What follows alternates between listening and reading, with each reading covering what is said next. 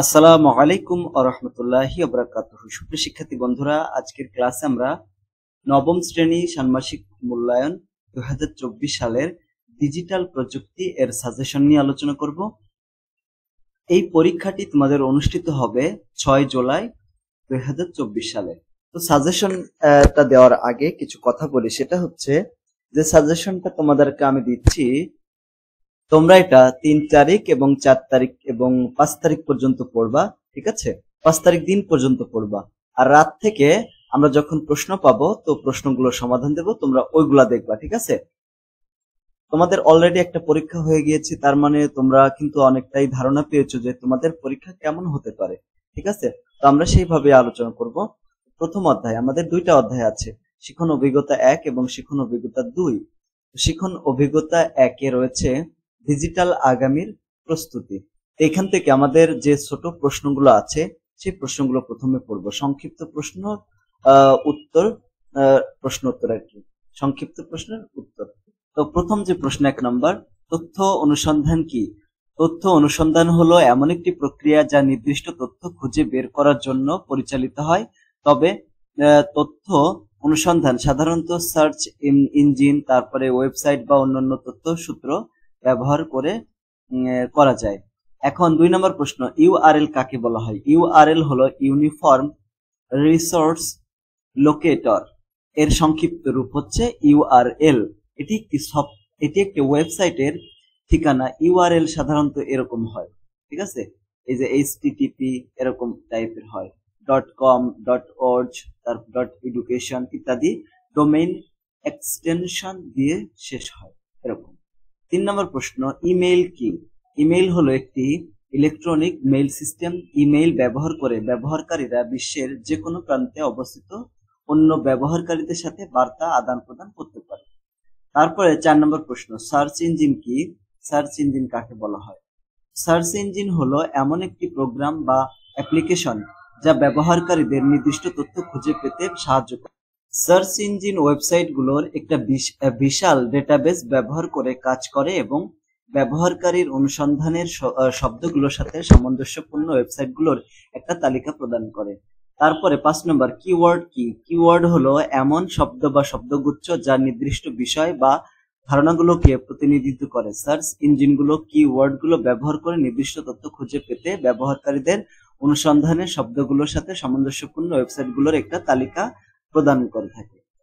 তারপরে 6 নম্বর, ওয়েবসাইট কাকে বলা হয়? ওয়েবসাইট হলো একটি ইন্টারনেট ভিত্তিক তথ্য বা পরিষেবা প্রদানকারী সংস্থা যা একাধিক ওয়েব পেজের সমন্বয়ে গঠিত। ওয়েবসাইটগুলো সাধারণত HTML, CSS এবং জাভাস্ক্রিপ্ট ব্যবহার করে তৈরি করা হয়।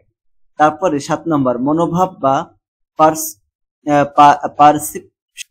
পারসেপশন কাকে বলা হয়? মনোভাব বা পারসেপশন হলো ব্যক্তির বিশ্ব সম্পর্কে ধারণা বা দৃষ্টিভঙ্গি। মনোভাবগুলো ব্যক্তিগত অভিজ্ঞতা, বিশ্বাস এবং মূল্যবোধের উপর ভিত্তি করে গঠিত হয়। তো দেখো, তোমাদের পরীক্ষাতে যেটা হবে, তোমাদের কিন্তু বই নিয়ে যাওয়া যাবে না। তোমাদের এই যে ডিজিটাল প্রযুক্তিতে বই নিয়ে যাওয়া যাবে না। তোমাদের কিন্তু যে প্রশ্নগুলো হবে, যে টাইপের প্রশ্নগুলো হবে, এরকম প্রশ্ন হতে পারে, অথবা তোমাদের হচ্ছে কম্পিউটারে তোমাদের কোনো কিছু একটা কাজ করতে বললো, এই ধরনের প্রশ্ন তোমাদের হবে, ঠিক আছে? তো যদি তোমাদের স্কুলে কম্পিউটার ব্যবস্থা থাকে তাহলে ওই ধরনের পরীক্ষা, ওইরকম কাজ হবে আর কি। 8 নম্বর সে, গুগল ডক কি? কাকে বলা হয়? গুগল ডক হলো একটি ওয়েব ভিত্তিক ওয়ার্ড প্রসেসিং অ্যাপ্লিকেশন যা ব্যবহারকারীদের অনলাইনে ডকুমেন্টগুলো তৈরি, সম্পাদনা এবং শেয়ার করতে দেয়। 9 নম্বর প্রশ্ন, এক্সেল কাকে বলা হয়? এক্সেল হলো মাইক্রোসফট অফিস সফটওয়্যার প্যাকেজ এবং একটি স্প্রেডশিট অ্যাপ্লিকেশন যা ব্যবহারকারীদের ডেটা সংরক্ষণ, বিশ্লেষণ এবং ভিজুয়ালাইজ করতে দেয়।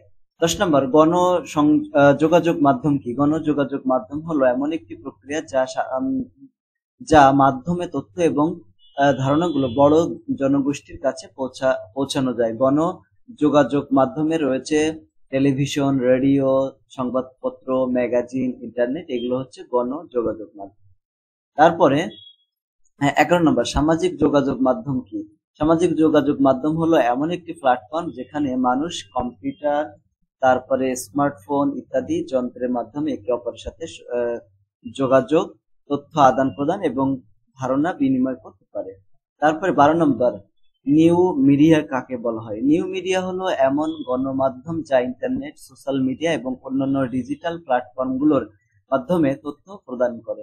নিউ মিডিয়া গতানুগতিক মাধ্যম যেমন সংবাদপত্র, টেলিভিশন এবং রেডিওর তুলনায় আরো দ্রুত, বেশি অ্যাক্সেসযোগ্য এবং আরো ইন্টারেক্টিভ।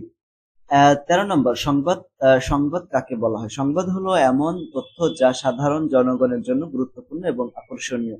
সংবাদ সাধারণত বর্তমান ঘটনা, রাজনীতি, ব্যবসা, খেলাধুলা এবং বিনোদনের মতো বিষয়গুলোকে কভার করে। তারপর 14 নম্বর প্রশ্ন, শিরোনাম কাকে বলা হয়? শিরোনাম হলো একটি সংক্ষিপ্ত আকর্ষণীয় বাক্য যা সংবাদের মূল বিষয়বস্তুকে তুলে ধরে। শিরোনামগুলো পাঠকের আগ্রহ আকর্ষণ করতে এবং তাদের সংবাদপত্রের সম্পূর্ণ নিবন্ধনটি করতে উৎসাহিত করতে ডিজাইন করা হয়েছে। জরিপ কাকে বলা হয়? জরিপ হলো এমন একটি প্রক্রিয়া যা একটি নির্দিষ্ট জনগোষ্ঠীর মতামত বা বিশ্বাসের একটা প্রতিনিধিত্বমূলক নমুনা সংগ্রহ করে। জরিপগুলো সাধারণত প্রশ্নাবলীর একটি সেট ব্যবহার করে পরিচালিত হয় যা একটা নির্দিষ্ট জনগোষ্ঠীকে জিজ্ঞাসা করা হয়। তারপরে 16 নম্বর, উপাত্ত কাকে বলা হয়? উপাত্ত হলো তথ্যের একটি সংগ্রহ যা পরিসংখ্যানগত বিশ্লেষণের জন্য ব্যবহার করা যেতে পারে। উপাত্ত সাধারণত সংখ্যা, তারপর শব্দ, চিত্রের আকারে হয়ে থাকে। তারপর 17 নম্বর, প্রেজেন্টেশন কাকে বলা হয়?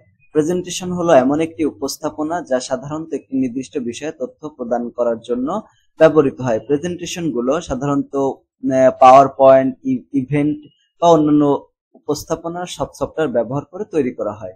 তারপর 18 নম্বর, কপিরাইট কাকে বলা হয়? কপিরাইট হলো এমন একটি আইনি সুরক্ষা যা মূল সৃজনশীল কাজগুলোকে রক্ষা করে। কপিরাইট সুরক্ষার অধীনে থাকা কাজগুলোকে কপি, তারপর বিতরণ বা যে কোনো ভাবে ব্যবহার করার জন্য অন্যদের অনুমতি প্রয়োজন। তারপরে 19 নম্বর, প্যারোডি কাকে বলা? প্যারোডি হলো এমন একটি কাজ যা অন্য একটি কাজের উপর ভিত্তি করে তৈরি করা হয়, তবে এটি মূল কাজের একটা বিদ্রুপাত্মক বা হাস্যকর ব্যাখ্যা। টোল টাইপের আর কি। বুলেটিন কাকে বলা হয়? বুলেটিন হলো এমন একটি প্রকাশনা যা সাধারণত সংবাদ, তথ্য বা বিজ্ঞপ্তি প্রকাশ করে। বুলেটিন গুলো সাধারণত সংস্থা, প্রতিষ্ঠান বা সংস্থান দ্বারা প্রকাশিত হয়। 21 নম্বর, ডিজিটাল প্রযুক্তি কাকে বলা হয়? ডিজিটাল প্রযুক্তি হলো এমন প্রযুক্তি যা তথ্যকে ডিজিটাল আকারে সংরক্ষণ, প্রক্রিয়াকরণ এবং যোগাযোগ করে। ডিজিটাল প্রযুক্তির মধ্যে রয়েছে কম্পিউটার, মোবাইল ফোন, ইন্টারনেট এবং অন্যান্য ইলেকট্রিক ডিভাইস। তারপরে 22 নম্বর, ওয়ার্ডপ্রেস কি? ওয়ার্ডপ্রেস হলো একটি ওয়েব ভিত্তিক কন্টেন্ট ম্যানেজমেন্ট সিস্টেম যা ব্যবহারকারীদের ওয়েবসাইট তৈরি, পরিচালনা এবং আপডেট করতে দেয়। তারপরে 23 নম্বর, পার্সোনাল পোর্টফোলিও কি? পোর্টফোলিও হলো এমন একটি সংগ্রহ যা কোনো ব্যক্তি বা প্রতিষ্ঠানের কাজের নমুনা প্রদর্শন করে। পার্সোনাল পোর্টফোলিও গুলো সাধারণত ব্যক্তিগত ওয়েবসাইট, তারপরে অনলাইন পোর্টফোলিও সার্ভিস বা মুদ্রিত সংরক্ষণে প্রদর্শিত হয়। তারপরে 24 নম্বর, আত্মমূল্যায়ন কাকে বলা হয়? আত্মমূল্যায়ন হলো এমন একটি প্রক্রিয়া যা একজন ব্যক্তি তার নিজস্ব দক্ষতা, যোগ্যতা এবং অর্জনগুলো মূল্যায়ন করে। আত্মমূল্যায়ন ব্যক্তিদের তাদের শক্তি এবং দুর্বলতাগুলো চিহ্নিত করতে এবং তাদের কর্মজীবন লক্ষ্যগুলো অর্জনের জন্য একটা পরিকল্পনা তৈরি করতে সাহায্য বা সহায়তা করতে পারে। তারপরে এখানে অনুধাবনমূলক প্রশ্ন ও উত্তর, মানে এর আগে আমরা ছোট প্রশ্ন দেখেছিলাম, এখন তার চেয়ে একটু বড় প্রশ্ন। তো এখানে 1 নম্বর, ইন্টারনেটের সহজলভ্যতা আমাদের কি কি সুবিধা প্রদান করে?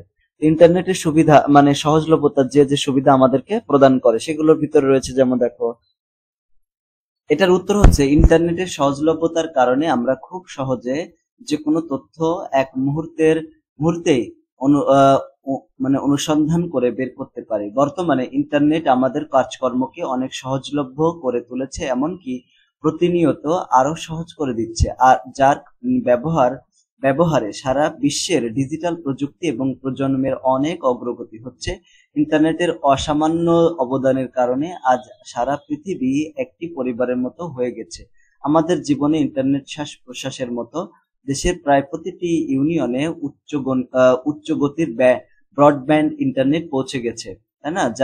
যার ফলস্বরূপ দেশের দুর্গম ও প্রত্যন্ত অঞ্চলে পাহাড় বা হাওড়ে ইন্টারনেটের সহায়তায় তরুণ তরুণীরা বসে আউটসোর্সিং এর কাজ করতে পারে। ঠিক আছে, এটা। তারপরে 2 নম্বর প্রশ্ন, ফ্যাক্ট চেকিং বলতে কি বোঝায়, এর প্রয়োজনীয়তা লেখো। ডিজিটাল প্ল্যাটফর্মে ছড়িয়ে পড়া ভুয়া তথ্য যাচাই বাছাইয়ের মাধ্যম হলো ফ্যাক্ট চেকিং। এটি মূলত আসল ঘটনা বা সত্যতা যাচাইয়ের পাশাপাশি ব্যবহারকারীর ব্যক্তিগত তথ্য বিশ্লেষণে ভূমিকা রাখে। অনলাইনে অপতথ্য ও গুজব ছড়ানো প্রতিরোধে ফ্যাক্ট চেকিং টুলস ব্যবহার ও বাড়ছে সংবাদ মাধ্যমগুলোতে। যে কোনো তথ্য যাচাইয়ের ক্ষেত্রে আগে ভাবতে হবে বিষয়টি কতটুকু গুরুত্বপূর্ণ এবং সেটি যাচাই যোগ্য কিনা, যাচাই করার দরকার কিনা। তাছাড়া সব তথ্যের সত্যতা যাচাই করা যায় না। প্রতিটি তথ্যের এক বা একাধিক উৎস থাকে। উৎস চিহ্নিত করতে পারলে তথ্য যাচাই, বিশ্লেষণ বা মূল্যায়ন সহজ হয়। বিশ্বজুড়ে বেশিরভাগ নিউজ তারপরে আউটলেটে ফ্যাক্ট চেকিং এর প্রয়োজনীয়তা বেড়েছে, যেহেতু নতুন প্রযুক্তিগুলো নতুন মিডিয়া তৈরি করেছে যেগুলো বিভিন্ন ধরনের ভুল তথ্য ছড়িয়ে দেয়। তাই এসব তথ্য যাচাইয়ের প্রয়োজনীয়তাও বৃদ্ধি পেয়েছে। ফেসবুক, ইউটিউব এমনকি বিভিন্ন গণমাধ্যমে প্রচারিত সংবাদের সত্যতা যাচাইয়ের জন্য ফ্যাক্ট চেকিং এর প্রয়োজন হয়। তারপরে 3 নম্বর প্রশ্ন, পক্ষপাতিত্ব সবসময় মন্দ নয়, ব্যাখ্যা করো। মানে পক্ষপাতিত্ব সবসময় মানে খারাপ না, মাঝে মাঝে ভালোও হতে পারে। কেন? কারণ দেখো, পক্ষপাতিত্ব হওয়া হলো একটি নির্দিষ্ট দৃষ্টিকোণ থেকে বিশ্বকে দেখা।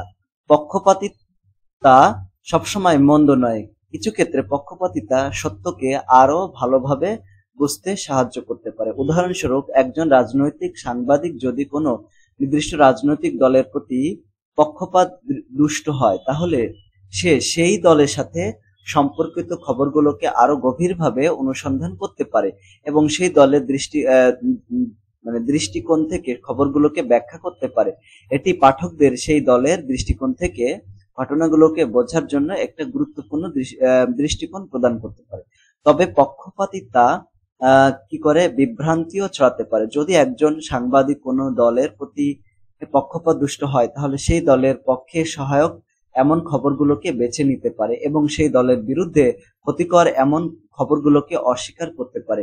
এটি পাঠকদের সঠিক তথ্য থেকে বঞ্চিত করতে পারে। সুতরাং পক্ষপাতিতা সবসময় মন্দ নয়, তবে এটি কি করতে হবে, এটি সতর্কতার সাথে ব্যবহার করা উচিত।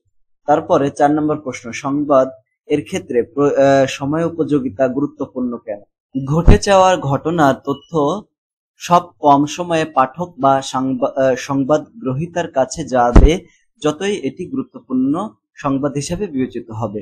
এর কারণ হলো নতুন তথ্য পাওয়া মানুষের প্রবণতা। যখন কোনো নতুন ঘটনা ঘটে, তখন মানুষ সেই ঘটনা সম্পর্কে জানতে চায়। যত দ্রুত সেই তথ্য তাদের কাছে পৌঁছায়, ততই তারা সেই তথ্যকে গুরুত্বপূর্ণ বলে মনে করে। উদাহরণস্বরূপ, ধরুন একজন বাংলাদেশের 1 জুন বাংলাদেশে একটি বড় ভূমিকম্প হয়। এই ভূমিকম্পের ফলে ব্যাপক ক্ষয়ক্ষতি হয় এবং অনেক মানুষ মারা যায়। এই ঘটনাটি ঘটার পর মানুষ দ্রুত সেই ঘটনা সম্পর্কে জানতে চায়। যদি এই ঘটনার তথ্য একজনের সংবাদ মাধ্যমে প্রকাশ করা হয়, তাহলে সেই তথ্যটি পাঠক এবং সংবাদ গ্রহীতার কাছে গুরুত্বপূর্ণ বলে বিবেচিত হবে। কিন্তু যদি এই ঘটনা তথ্য যদি 10 জন পর্যন্ত প্রকাশ না করা হয়, তাহলে সেই তথ্যটি পাঠক বা সংবাদ গ্রহীতার কাছে আর গুরুত্বপূর্ণ বলে বিবেচিত হবে না। অবশ্য সব ঘটনার ক্ষেত্রেই এই নিয়ম প্রযোজ্য নয়। কিছু ঘটনার গুরুত্ব তার নবত্বের উপর নির্ভর করে না, যেমন কোনো ঐতিহাসিক ঘটনার গুরুত্ব তার নবত্বের উপর নির্ভর করে না, অনেক পুরাতন হলেও সমস্যা নেই। এই ধরনের ঘটনার তথ্য যত দিনের পুরনো হোক না কেন, তা সবসময় গুরুত্বপূর্ণ সংবাদ হিসেবে বিবেচিত হবে। তবে সম্প্রতি ঘটে যাওয়া ঘটনার তথ্য যত কম সময়ে পাঠক বা সংবাদ গ্রহীতার কাছে যাবে, ততই এটি গুরুত্বপূর্ণ সংবাদ হিসেবে বিবেচিত হবে। ঠিক আছে। তারপরে 5 নম্বর, সার্চ ইঞ্জিন বলতে কি বোঝায়, এটি কিভাবে কাজ করে? তো সার্চ ইঞ্জিন হলো একটি ওয়েব বেসড টুল বা সফটওয়্যার যেটি ইন্টারনেট ব্যবহারকারীদের ওয়ার্ল্ড ওয়াইড ওয়েব থেকে ইনফরমেশন সার্চ করতে সাহায্য করে। ইন্টারনেটে কোনো কিছু সার্চ করার পর সার্চ ইঞ্জিন আমাদের যে সমস্ত রেজাল্ট গুলোকে দেখায় সেগুলোকে সার্চ ইঞ্জিন রেজাল্ট পেজ বা এসইআরপি বলা হয়। সার্চ ইঞ্জিনে তিনটি প্রাইমারি ফাংশন রয়েছে, সেগুলো হলো রুল, ইনডেক্স এবং র্যাঙ্কস। প্রথমে কোনো তথ্য খুঁজতে ব্যবহার করে ক্রলিং সিস্টেম, যেখানে থেকে ইনডেক্স করা আছে সেখানে আগে খুঁজতে হবে। তারপরে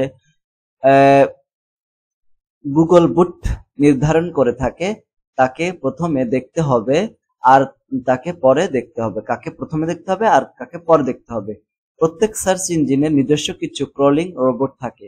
এর পূর্বে নির্দেশিত র্যাঙ্কিং ফ্যাক্টর দিয়ে কন্টেন্ট বিবেচনা করে র্যাঙ্ক করে। তেমনি একটি বোট হচ্ছে গুগল বোট। সুতরাং moz.com এর রয়েছে মাজার বোট, বিং এর রয়েছে বিং বট। এরপর আমরা যেটা জানবো সেটা হচ্ছে চিন্তন দক্ষতা ভিত্তিক প্রশ্ন ও উত্তর। এর প্রথম প্রশ্ন, ডিজিটাল প্রযুক্তি আমাদের জীবনযাত্রাকে কিভাবে পরিবর্তন করেছে। হ্যাঁ, পরিবর্তন হবে, এটা পরিবর্তন, ঠিক আছে। ডিজিটাল প্রযুক্তি আমাদের জীবনযাত্রাকে অনেকভাবে পরিবর্তন করেছে। এর মধ্যে কয়েকটি উল্লেখযোগ্য পরিবর্তন হলো যোগাযোগের ক্ষেত্রে পরিবর্তন করেছে, তোমরা একটু পড়বা রিডিং, ঠিক আছে। তারপরে শিক্ষার ক্ষেত্রে পরিবর্তন করেছে, তারপরে বিনোদনের ক্ষেত্রে পরিবর্তন করেছে, ব্যবসার ক্ষেত্রে পরিবর্তন করেছে। তারপর দেখো এই ক্ষেত্রগুলো আমাদের পরিবর্তন করেছে। তারপরে এখানে 2 নম্বর প্রশ্ন, তথ্য অনুসন্ধান করে সত্য বের করে আনার ক্ষেত্রে আমাদের কি কি বিষয় লক্ষ্য রাখা উচিত। তথ্য অনুসন্ধান করে সত্য বের করে আনার ক্ষেত্রে আমাদের যে বিষয়গুলো মনে রাখতে হবে সেগুলো হচ্ছে তথ্য সূত্র, তারপর পক্ষপাত, সম্পূর্ণতা, আপডেট। এই কয়টা বিষয় কিন্তু আমাদের মনে রাখতে হবে। এখানে বিস্তারিত আলোচনা আছে, তোমরা এখান থেকে পড়ে নিও। আমি সংক্ষেপে আলোচনা করতেছি যাতে ভিডিওটি ছোট হয়। প্রথাগত মিডিয়াকে নিউ মিডিয়া কিভাবে প্রভাবিত করেছে। দেখো, যেভাবে প্রভাবিত করেছে সেগুলো হচ্ছে সংবাদের প্রবাহ, তারপরে সংবাদের ধরন, ঠিক আছে, তারপর সংবাদের প্রভাব। এই 3টা কারণে প্রথাগত মিডিয়াকে নিউ মিডিয়া প্রভাবিত করেছে, ঠিক আছে এইটা। এরপরে মিডিয়া থেকে শিখেছো এবং নিজেদেরকে পরিবর্তন করছো। প্রথাগত মিডিয়া এখন আরো অ্যাক্সেসযোগ্য এবং আকর্ষণীয়। যাই হোক, এরপরে ডেটা উপস্থাপনের ক্ষেত্রে অ্যাক্সেস কিভাবে সহায়ক হয়।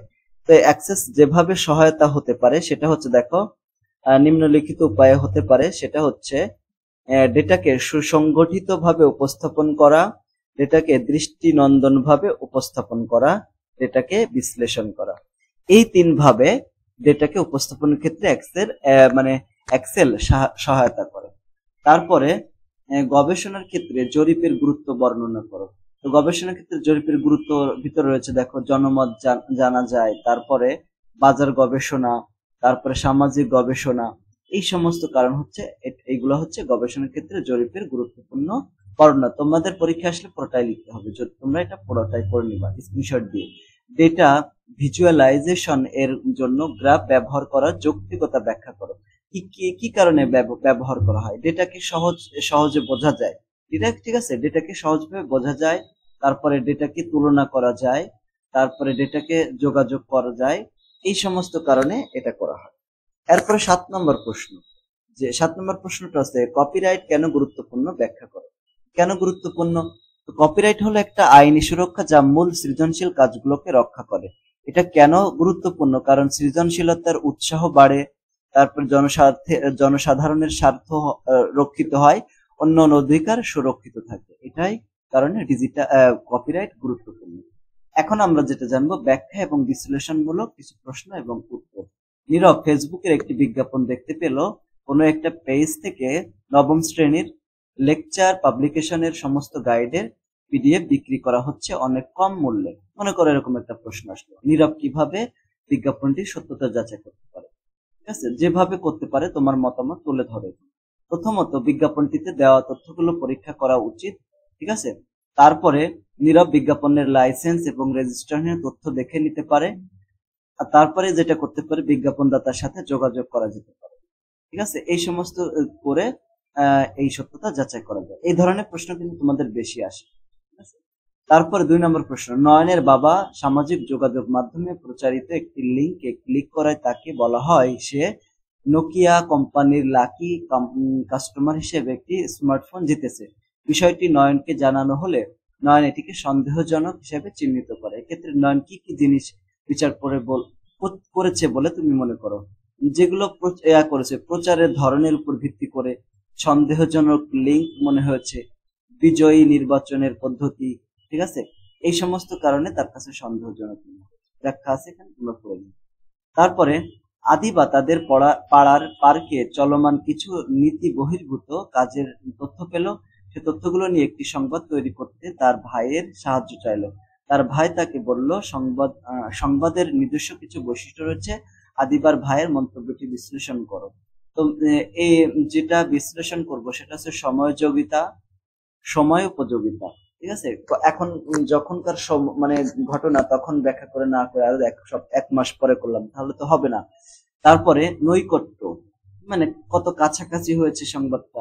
তারপরে প্রভাব, এটার আমাদের কোনো সামাজিক বা রাজনৈতিক বা অর্থনৈতিক প্রভাব রয়েছে কিনা সেইগুলো দেখতে হবে। এবং ভারসাম্যতা, কোনো ঘটনায় যদি একাধিক পক্ষের মতামত বা তথ্য থাকে তাহলে সংবাদ সেই সকল পক্ষের মতামত বা তথ্য অন্তর্ভুক্ত করা উচিত। যে কোনো একটা পক্ষের সংবাদ দাতার কাছ মানে সংবাদ নিব আর একজনের কাছে নিব না, এরকম হবে না, এরকম করা যাবে না।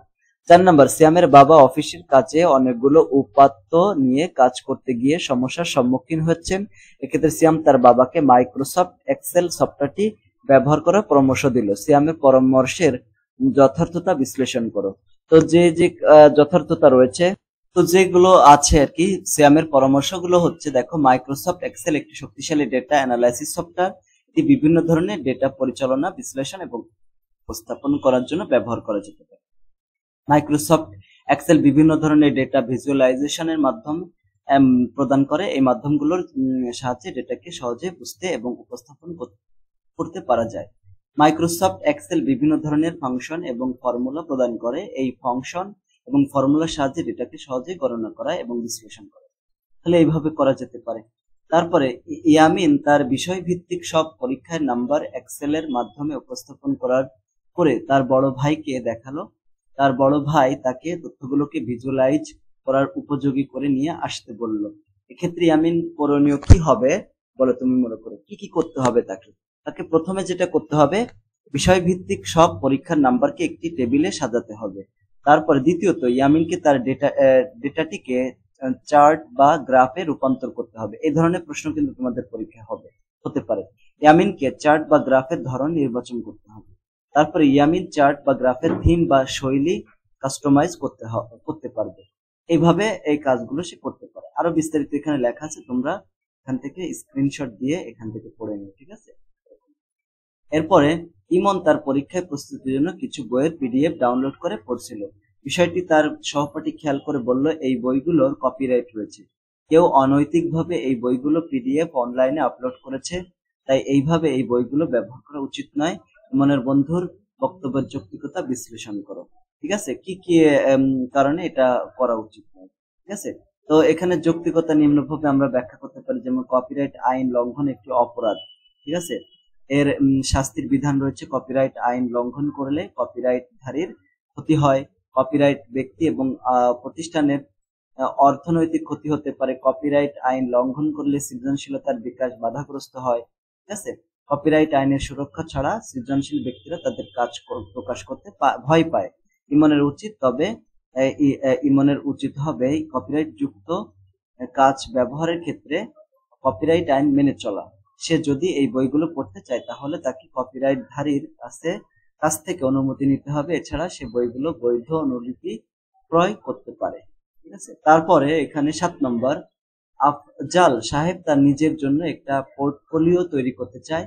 কিছু গবেষণার পর উক্ত কাজের জন্য সে গুগল সাইট ব্যবহার করার সিদ্ধান্ত নিল, কিন্তু সে জানে না কিভাবে নিজের জন্য পোর্টফোলিও তৈরি করতে। এটা কিন্তু মোস্ট ইম্পর্টেন্ট, খুবই গুরুত্বপূর্ণ এই প্রশ্নটা, পোর্টফোলিও কিভাবে তৈরি করতে হয়। ঠিক আছে, পদক্ষেপ 1, একটি গুগল অ্যাকাউন্ট তৈরি করতে হবে।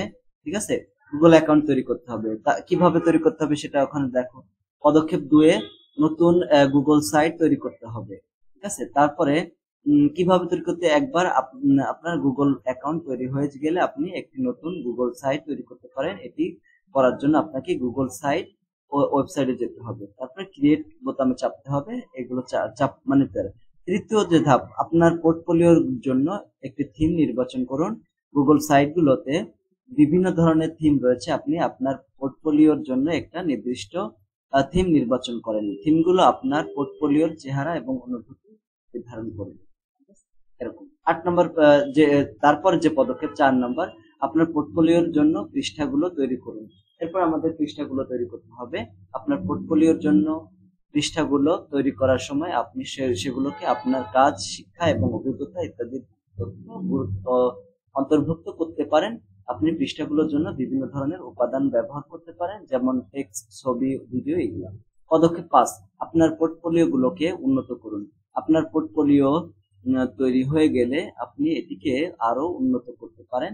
আপনি বিভিন্ন ধরনের গ্রাফিক্স, ফন্ট ইত্যাদি ব্যবহার করতে পারেন। আপনি আপনার পোর্টফোলিও বিভিন্ন ধরনের লিঙ্কও যোগ করতে পারেন। তো এতক্ষণ আমরা শিখন অভিজ্ঞতা 1 পড়লাম, এখন শিখন অভিজ্ঞতা 2। শিখন অভিজ্ঞতা 2 এ রয়েছে সাইবার ঝুঁকি সম্পর্কে জানি, তথ্য নিরাপত্তা নিশ্চিত করি। এখানেও সেম একই রকম সংক্ষিপ্ত কতগুলো প্রশ্ন রয়েছে, তারপর বড় বড় বিভিন্ন টাইপের প্রশ্ন রয়েছে। প্রথম যে প্রশ্ন সেটা হচ্ছে সাইবার ক্রাইম কি? সাইবার ক্রাইম হচ্ছে ডিজিটাল ডিভাইস এবং ইন্টারনেটের মাধ্যমে সংগঠিত বিভিন্ন অপরাধী হচ্ছে সাইবার ক্রাইম। নেটওয়ার্ক কি? যখন একাধিক কম্পিউটার পরস্পর কোনো তার বা বেতার মাধ্যমে সংযুক্ত হয়ে থাকে তখন সেটিকে বলা হয় নেটওয়ার্ক বলা হয়।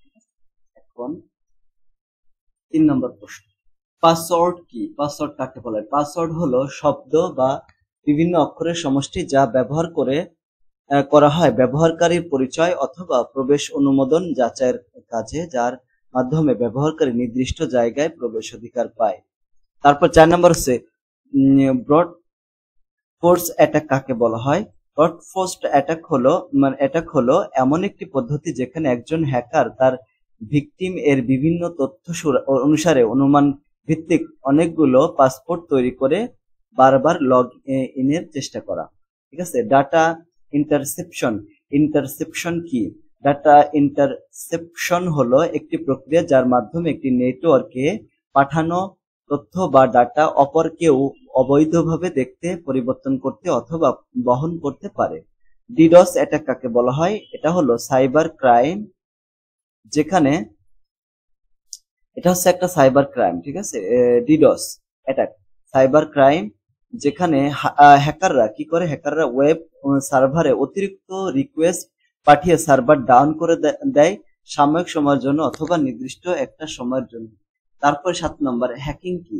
কম্পিউটার নেটওয়ার্ক সিস্টেম প্রবেশ করে বিনা অনুমতিতে অন্যের তথ্য ফাইল নিয়ন্ত্রণে নেওয়ার কৌশলই হচ্ছে হ্যাকিং।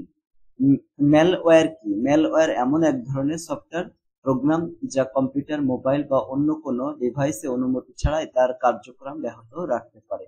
মাইন্ড ম্যাপিং কাকে বলা? যে প্রক্রিয়ায় কোনো মূল ধারণা থেকে ক্রমাগত ধারায় অর্থপূর্ণ এবং যৌক্তিক কাঠামো মেনে বিশ্লেষণ করা হয় তাকে মাইন্ড ম্যাপিং বলা হয়।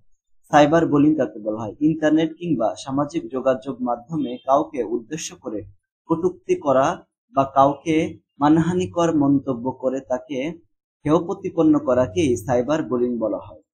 ফেক নিউজ কি? মিথ্যা বাক্য ব্যবহার করে কোনো ভুল ঘটনা অশুদ্ধ তথ্যের মাধ্যমে উপস্থাপনই হলো ফেক নিউজ। সাইবার স্টকিং কি কাকে বলে? সাইবার স্টকিং হলো ইন্টারনেট বা অন্যান্য ইলেকট্রনিক উপায় ব্যবহার করে একজন ব্যক্তি, গোষ্ঠী বা সংস্থাকে হয়রানি করা। ফেক সোশ্যাল মিডিয়া অ্যাকাউন্ট কি? যখন কেউ অন্যের ব্যক্তিগত তথ্য বা ছবি ব্যবহার করে অসৎ উদ্দেশ্যে কোনো সোশ্যাল মিডিয়াতে একটা অ্যাকাউন্ট খুলে তখন তাকে ফেক সোশ্যাল মিডিয়া অ্যাকাউন্ট বলা হয়। তারপরে 14 নম্বর, ডিজিটাল ফুটপ্রিন্ট কাকে বলা হয়? ডিজিটাল ফুটপ্রিন্ট হলো ব্যক্তির অনলাইন কর্মকাণ্ড এবং গোপনীয়তা সংরক্ষণের জন্য তার অনলাইনে প্রদত্ত তথ্যের বিবরণ সমূহ। টু ফ্যাক্টর অথেন্টিকেশন কাকে বলা হয়? টু ফ্যাক্টর অথেন্টিকেশন হলো একটি উচ্চ মানের সিকিউরিটি ব্যবস্থা যেখানে কোনো একটা অ্যাকাউন্ট লগ ইন করার জন্য পাসওয়ার্ডের পাশাপাশি আলাদা কোডেরও প্রয়োজন হয়। ইনফোগ্রাফি কাকে বলে? ইনফোগ্রাফি হলো বিভিন্ন তথ্যের বা কোনো একটি বিবৃতির ভিজুয়াল উপস্থাপনা। এরপরে যে আমাদের প্রশ্ন রয়েছে চিন্তন দক্ষতা ভিত্তিক প্রশ্ন উত্তর। এখানে কিশোরদের সাইবার নিরাপত্তা সম্পর্কে শিক্ষাদানের গুরুত্বটা কি? গুরুত্ব যেগুলো রয়েছে সেগুলো হচ্ছে, দেখো, কিশোররা সাইবার নিরাপত্তা সম্পর্কে সচেতন হলে তারা তাদের ব্যক্তিগত তথ্য অনলাইনে প্রকাশ করার ক্ষেত্রে আর সতর্ক হবে। ঠিক আছে, তারা অনলাইনে ঝুঁকিপূর্ণ কার্যকলাপগুলো এড়িয়ে যাবে। সাইবার নিরাপত্তা সম্পর্কে সচেতন কিশোরীরা কি করবে? কিশোররা অনলাইন অপব্যবহারকারীদের দ্বারা তাদের ক্ষতি করার জন্য ব্যবহৃত সাধারণ কৌশলগুলো সম্পর্কে সচেতন হবে। তারা এই কৌশলগুলো শনাক্ত করতে এবং তাদের থেকে নিজেদেরকে রক্ষা করতে সক্ষম হবে। সাইবার নিরাপত্তা সম্পর্কে সচেতন কিশোররা অনলাইনে নিরাপদ বোধ করবে এবং তারা অনলাইনে তাদের সময় উপভোগ করতে সক্ষম হবে। কিশোরদের সাইবার নিরাপত্তা সম্পর্কে শিক্ষাদান গুরুত্বপূর্ণ, কারণ এটি তাদের অনলাইনে নিরাপদ থাকার জন্য প্রয়োজনীয় জ্ঞান এবং দক্ষতা প্রদান করে। এই জ্ঞান এবং এই শিক্ষা তাদের অনলাইনে অপব্যবহার থেকে রক্ষা করতে এবং একটি সুস্থ ও নিরাপদ অনলাইন অভিজ্ঞতা উপভোগ করতে সাহায্য করতে পারে। এরপরে 2 নম্বর, অনলাইনে ব্যক্তিগত তথ্য সুরক্ষিত রাখার কৌশল কি কি? যে কৌশল রয়েছে, দেখো, নিরাপদ পাসওয়ার্ড ব্যবহার করতে হবে, অনেক শক্তিশালী পাসওয়ার্ড ব্যবহার করতে হবে। ঠিক আছে, তারপরে 2 ফ্যাক্টর অথেন্টিকেশন ব্যবহার করতে হবে। 2 ফ্যাক্টর আমরা তো সবাই জানি, যেমন একটা ডিভাইসে যদি আমরা এই যে মনে করো ফেসবুক চালাবা, তাহলে এখানে 2 ফ্যাক্টর অথেন্টিকেশন যদি চালু থাকে, তুমি একটা ডিভাইস দিয়ে যদি লগ ইন করা থাকে, অন্য ডিভাইস দিয়ে লগ ইন করতে হলে সেখানে পাসওয়ার্ড দিতে হয়, আরো কত কিছু দিতে হয়, তাই না? মোবাইল সেটিং পরীক্ষা করা, মোবাইল সেটিং পরীক্ষা করে দেখা যে নিজের ব্যক্তিগত তথ্য কে দেখতে পারে। এগুলা অনলাইনে সাবধানতা অবলম্বন করতে হবে এবং ঠিকানা বা ফোন নম্বর অপরিচিত কারোর সাথে শেয়ার করা যাবে না এগুলো। তারপরে ভবিষ্যতে সাইবার নিরাপত্তা কৌশলের উন্নতির পথ কি কি? উন্নতির পথের ভিতরে প্রথম রয়েছে, দেখো, কৃত্রিম বুদ্ধিমত্তা এবং মেশিন লার্নিং এর ব্যবহার। তারপরে এটার ব্যাখ্যা এখানে দেওয়া আছে, আমরা এটা পড়ে নেব। ক্লাউড ভিত্তিক নিরাপত্তা, তারপরে সাইবার নিরাপত্তা শিক্ষা এবং সচেতনতা। এগুলো এই যে তিনটা আমরা এখানে দিলাম, এগুলো হচ্ছে ভবিষ্যতে সাইবার নিরাপত্তা কৌশলের উন্নতির পথ। আচ্ছা, এরপর ব্যাখ্যা এবং বিশ্লেষণমূলক প্রশ্ন উত্তর। সাইবার নিরাপত্তা আইনের প্রয়োজনীয়তা ব্যাখ্যা করো। এই যে প্রয়োজন সেগুলো: সাইবার অপরাধ প্রতিরোধ এবং দমন করা যায়, সাইবার নিরাপত্তা নীতি এবং প্রতিধান প্রণয়ন করা, তারপরে সাইবার নিরাপত্তা সম্পর্কে সচেতনতা বৃদ্ধি করা, এইগুলো আর কি।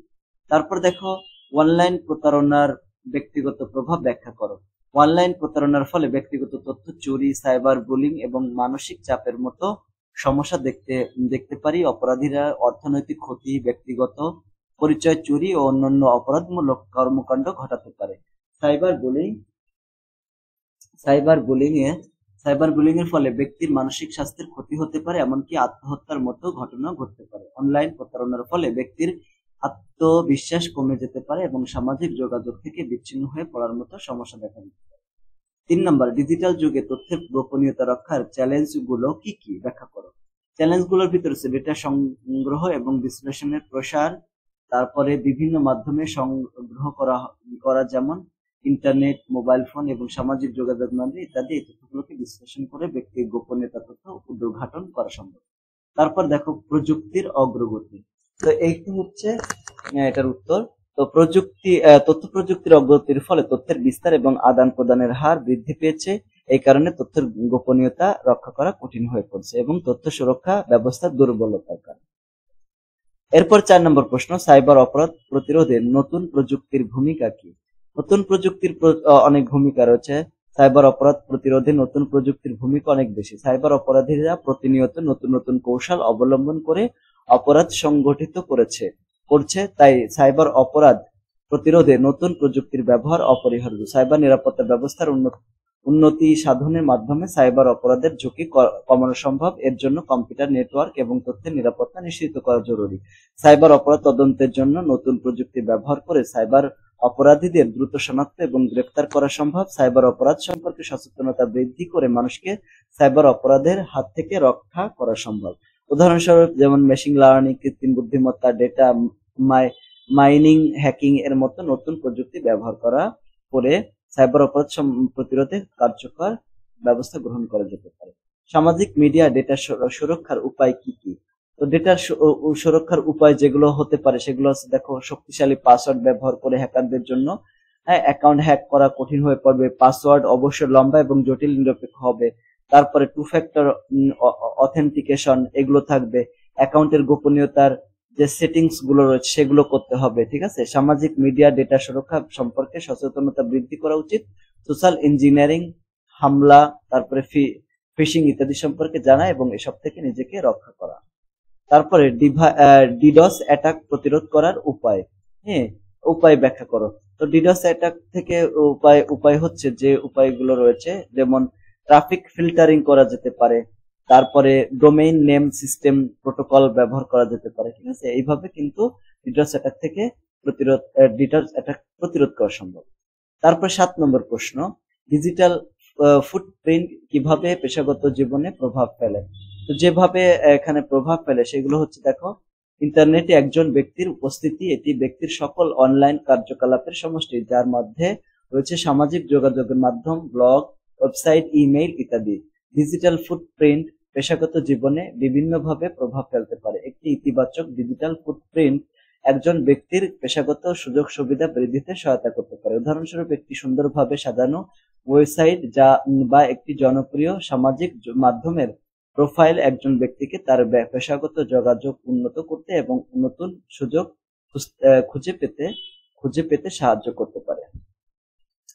অন্যদিকে একটি নেতিবাচক ডিজিটাল ফুটপ্রিন্ট একজন ব্যক্তির পেশাগত জীবনকে ক্ষতিগ্রস্ত করতে পারে। উদাহরণস্বরূপ, অনলাইনে অশালীন বা আপত্তিকর বিষয়বস্তু শেয়ার করা, ভুল তথ্য ছড়িয়ে দেওয়া একজন ব্যক্তির নিয়োগের সম্ভাবনা কমিয়ে দিতে পারে। এরপরে প্রশ্ন, অনলাইনে প্রতারণা থেকে সুরক্ষা প্রদানের কৌশল কি কি। ওই যে বললাম যেভাবে অনলাইনে যে কোনো তথ্য বা লিঙ্কে ক্লিক করা থেকে বিরত থাকতে হবে। তার আগে সচেতন দেখতে হবে সতর্কতা ভাবে যে এটা গুরুত্বপূর্ণ কিনা, ঠিক আছে। বা যদি কোনো লিঙ্ক বা বিজ্ঞাপন সন্দেহজনক মনে হয় তাহলে এড়িয়ে যেতে হবে। কম্পিউটার বা মোবাইলে ডিভাইসে আপ টু ডেট রাখা গুরুত্বপূর্ণ, ঠিক আছে। আপডেট গুলোতে প্রায়শই নিরাপত্তা সংশোধনগুলো অন্তর্ভুক্ত থাকে, সাইবার অপরাধীদের অ্যাক্সেস থেকে আপনার ডিভাইসকে রক্ষা করতে সহায়তা করে। তারপরে এই প্রোগ্রামগুলো ডিভাইসকে ভাইরাস, ম্যালওয়্যার এবং অন্যান্য ক্ষতিকারক সফটওয়্যার থেকে রক্ষা করে। একটি নিরাপদ সংযোগ ব্যবহার করা গুরুত্বপূর্ণ। ওয়াইফাই নেটওয়ার্ক ব্যবহার করার সময় HTTPS দিয়ে সুরক্ষিত ওয়েবসাইটগুলোতে লগ ইন করা উচিত। এই হচ্ছে আমাদের শিখন অভিজ্ঞতা 2, মানে আমরা শিখন অভিজ্ঞতা 1 এবং শিখন অভিজ্ঞতা 2 নিয়ে আলোচনা করলাম, সাজেশনটা নিয়ে। আশা করি তোমরা এটা যদি সুন্দর করে পড়তে পারো, ইনশাল্লাহ এখান থেকে যেরকম প্রশ্নই হোক না কেন ইনশাল্লাহ তোমরা পারবে। আজকের ক্লাসটি পর্যন্ত। অত্যন্ত ধন্যবাদ। আসসালামু আলাইকুম ওয়া রাহমাতুল্লাহি ওয়া বারাকাতুহু।